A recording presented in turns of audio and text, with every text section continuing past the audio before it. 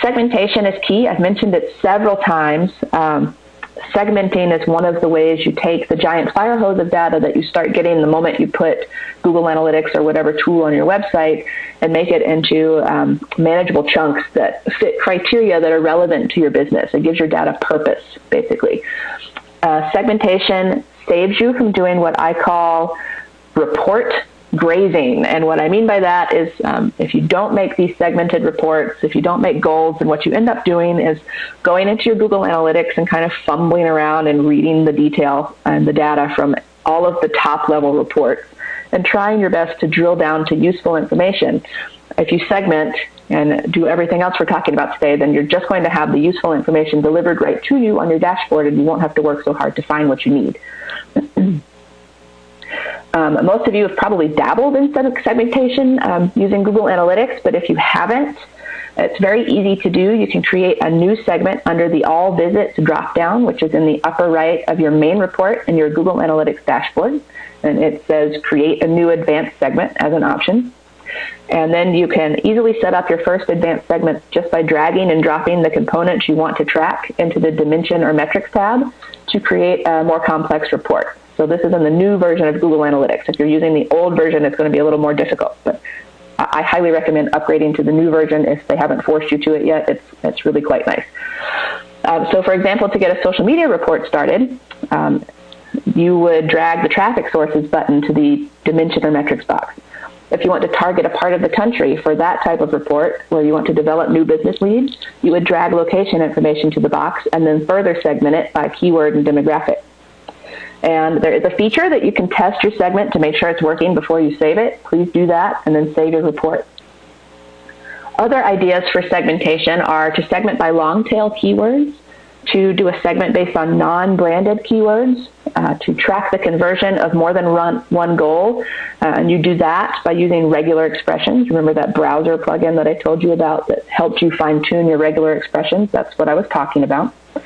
And you can track more than one domain at a time in one analytics account by adding the tracking code on both sites.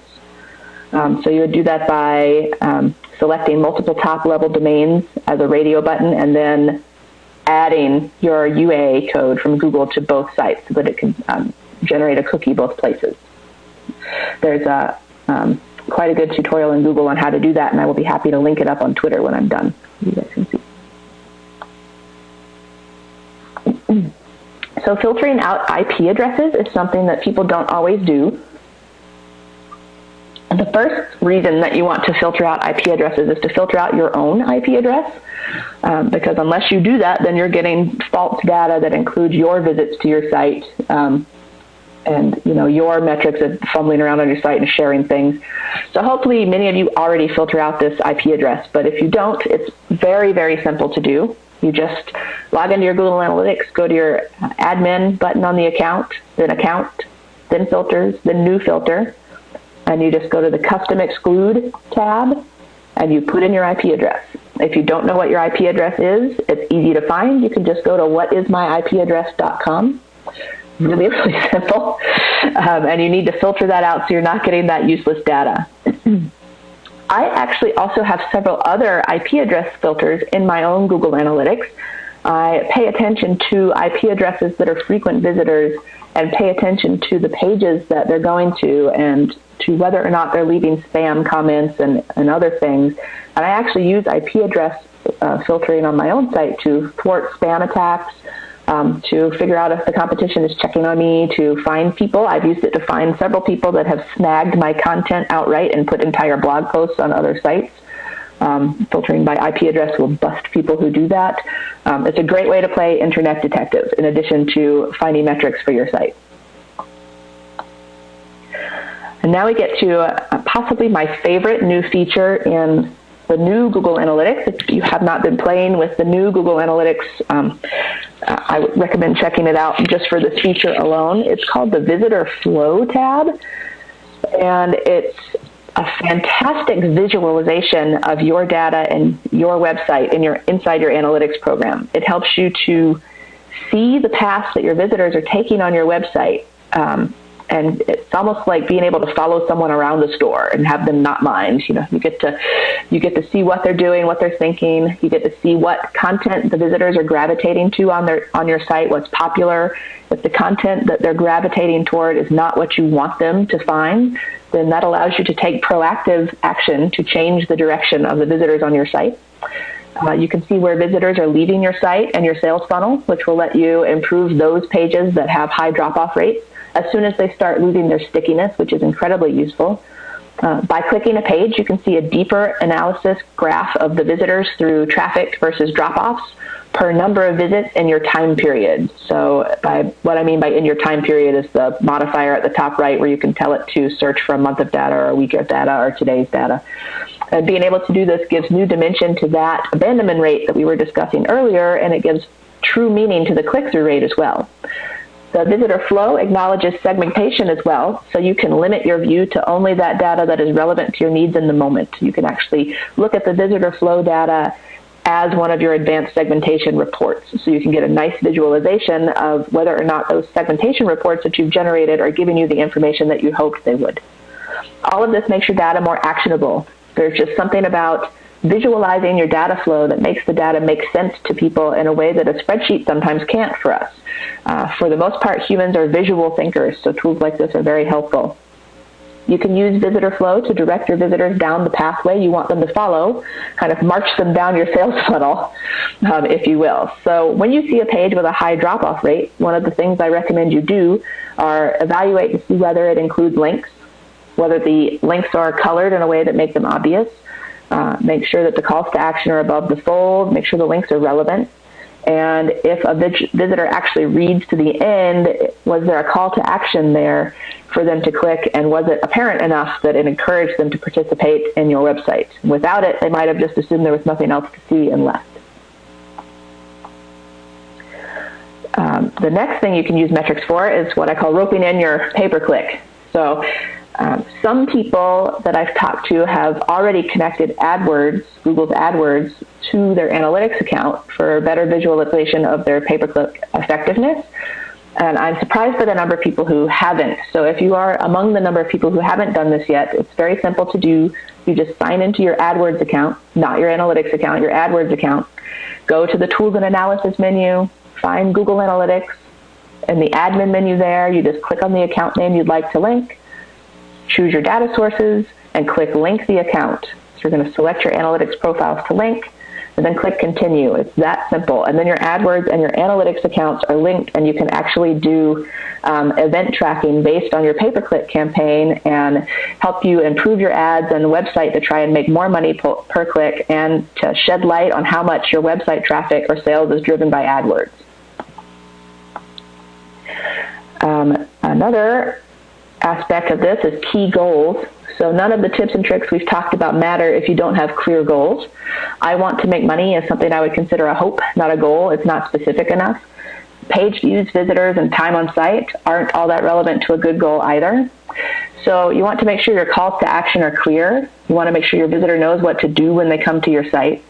You want to make sure you know what your incremental objectives are, right? So a better goal for achieving an incremental objective would be to measure 5% more booking in your restaurant each week via Open Table on Facebook, right? Because then you can measure that through your Facebook insights, your Open Table insights, and have events set up in your Google Analytics, plus see the effect in your cash drawer to see if this AdWords and analytics campaign is working. Measurable goals include leads, trial signups, account creations, newsletter signups, white paper downloads, ebook downloads, and other URL-based goals and event-based goals. Another thing you should be doing with your metrics is tracking your downloads.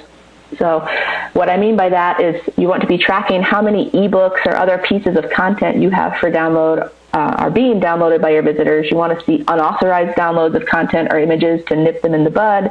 And you want to add a layer to your event tracking to make those KPIs that we've been setting up go deeper. And you do that by on-click event tracking in Google Analytics.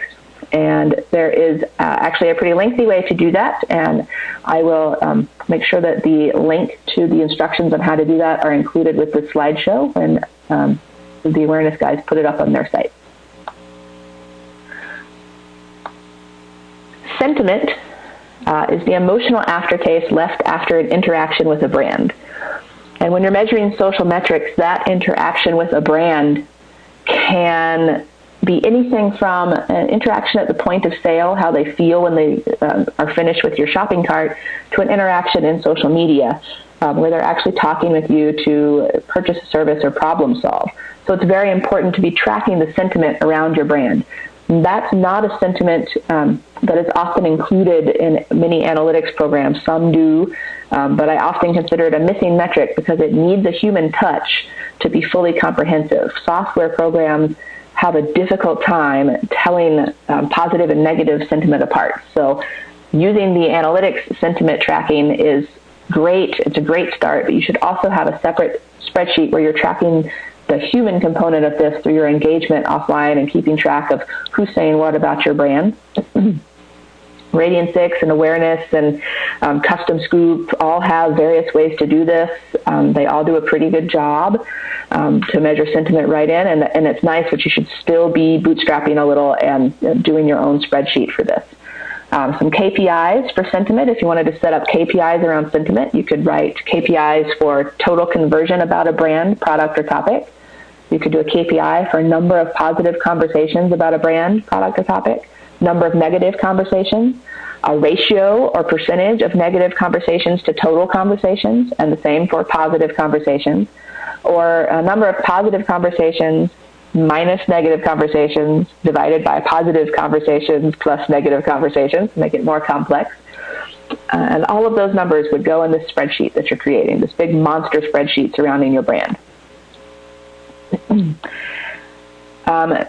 There's other things you can measure. I'm going to blow through this really quickly so we have time for some questions because I think that we're getting close to 3 o'clock here. Measuring more, more of the fun stuff, taking the metrics off the reservation, is to look at things like page load times, look at page load times, page speed test, do a custom report for this in analytics that helps you troubleshoot site issues and keep site visitors happy to avoid losing them and to keep them as return customers. Measuring video metrics, using the video ID code found in YouTube to create states that you can track inside your analytics. This is something I go into detail in the book, by the way. And to add your analytics ID to your videos on your premium YouTube channel to make sure they're getting automatically tracked in analytics. Leslie, other metrics.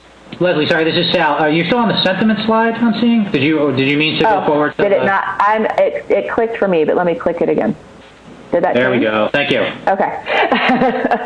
And the other metrics I talk about in the book in great detail are how to measure phone calls, how to get the metrics of phone calls, how to add a little bit of code to your social share buttons that makes tracking them like they're being tracked on steroids, how to track QR codes beyond the simple this went to a URL, how to track television ads, location and mobile, pinpointing the precise moment of traction on Google or Google+, which will require, you guessed it, another spreadsheet. All of these require a little more effort than the basic metrics that we've been talking about, and I do talk about all of them in the book, but I think it's fascinating that we can actually track things like phone calls and television ads now and have the results delivered to us, and we don't have to depend on things like the phantom Nielsen ratings, phantom people watching TV in another room or things like that to see what's getting delivered anymore. And last thing I want to talk about is adding in the metrics of the quantified self to the metrics of your brand. I think this is very important. It's also something I touch briefly on in the book.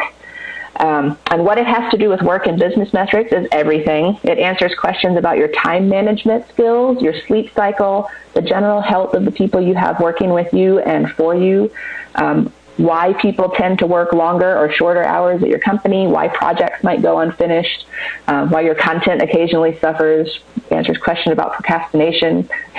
So if you're tracking your sleep data, your exercise data, the time it takes you to commute to the office, etc., in a spreadsheet, and then correlating that with your website data and how your company is doing, then you're going to use metrics to get a holistically better company with happier employees and happier customers for less time and less cost.